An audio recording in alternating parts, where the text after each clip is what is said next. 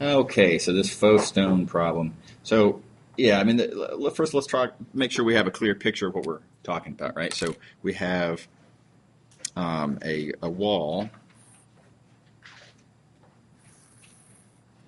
like so.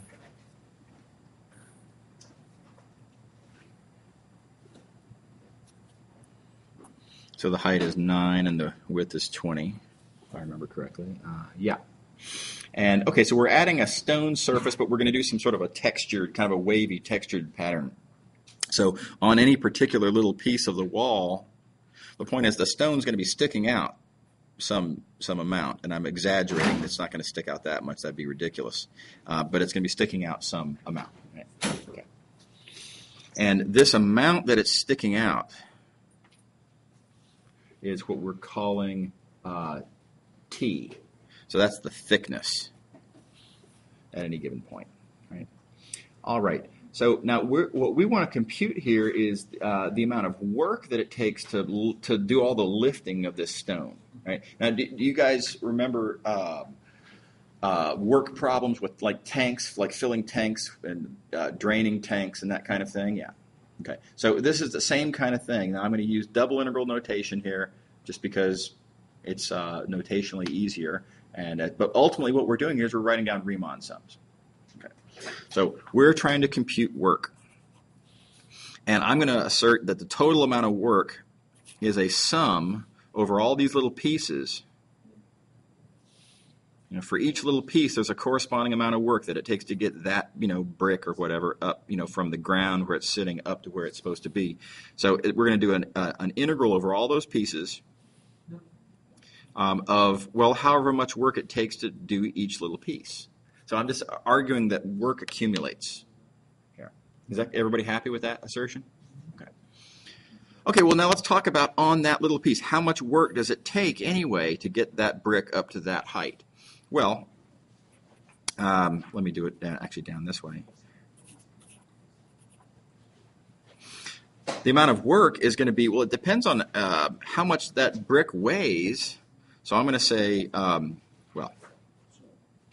it also depends on the height that it has to get lifted up. So I'm going to say it's the height times the weight, and I'm going to call the weight dF. So the reason why is that I claim that the weight of that piece is a differential, right? It depends on that area differential. So F is force, force is weight, right? And by the way, is everybody familiar with the physics involved that work is force times distance? And that, we talked about that, of course, earlier. And is everybody also comfortable with weight being force? Is that okay? Is that okay? Yeah, okay, good. Okay, so all we've got here is that work is equal to force times distance. Okay, now we've got to figure out how much does that thing weigh anyway? Well, it's going to have a certain density and it's going to have a certain volume. So I claim that weight is equal to density times volume.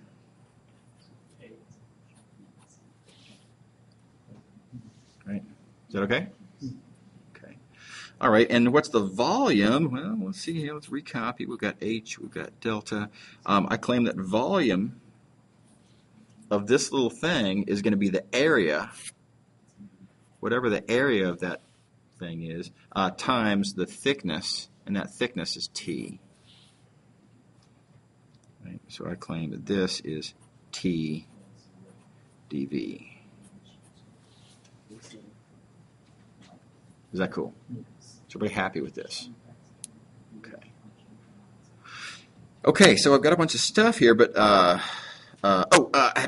this is supposed. I'm sorry. This is dA. Sorry, dA. It's because volume was area times thickness. Yeah, I just miswrote. Typo. Okay, so now note what we have here is a double integral. And now we had to go to some trouble to figure out what this integrand was, but altogether I've got an integrand for just a regular old double integral. So this is going to be then just an integral over this the wall, I'll call the wall D for domain, and it's the height function, we'll have to come back and simplify that in a second, times the density function times the thickness function, dA. Now, I claim all of these simplify, some of them more conveniently than others. We were told just flat out what this function is, the T function. We're also given the density. The density is 20 pounds per cubic foot, so that's just 20, that's a given. And what remains is to figure out what this H function is. Well, remember, H is how high do I have to lift it from ground level. So, well, H is just that distance. It's said differently. It's the y coordinate of whatever piece of area you're looking at. So, in other words, if we call that the y-axis, and if we call this the x-axis, then the height function is just y. Is everybody okay with that? So we're going to have y times 20 for our density times, then we've got this weird function, let's see, 3 minus sine of stuff. Let's see, pi x plus y all over 3. So height, density, thickness, dA, and there's your double integral. Is that okay? Yeah. Now it says write out but don't evaluate, so we're not going to evaluate this. That'll actually come later. That'll come in the next section. Right. Yeah. Okay. All right. Let's call that. Let me write this down. Stop the recording.